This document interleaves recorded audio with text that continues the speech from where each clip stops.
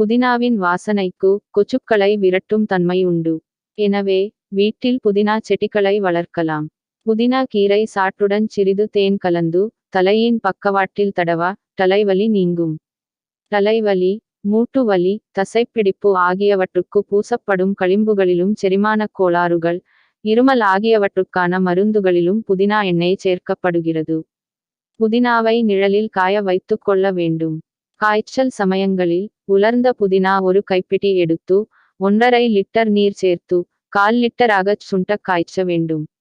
இந்த நீரை 3-4 மணி நேர இடைவேளையில் 30 முதல் 60 மி.லி குடித்து வந்தால் காய்ச்சல் சரியாகும். புதினாவுடன் கற்பூர புல்லை சம அளவு சேர்த்து காய்ச்சி குடிநீர் தயார் செய்து அருந்தினால் தலைவலி, வாந்தி, காய்ச்சல் குணமாகும். சிறுநீர் நன்றாக பிரியும். நல்ல உறக்கமும் உண்டாகும். பெண்களுக்கு மாதவிடாய் காலத்தில் ஏற்படும் வயிற்றுவலியை போக்கும். ஈரில் இரத்தம் வடிதல் பிரச்சனை சரியாகவும் வாய் துர்நாற்றத்தை போக்கவும் புதினா இலையை நிழலில் காயவைத்து பொடித்து பற்பொடியாக பயன்படுத்தலாம். புதினா இலையில் இருந்து எடுக்கப்படும் எண்ணெய் பெப்பர்மின்ட் தைலத்தை போல இருக்கும். ஆனால் காரம் குறைவாக இருக்கும். இந்த எண்ணெயை தலைவலி வந்தால் தடவலாம்.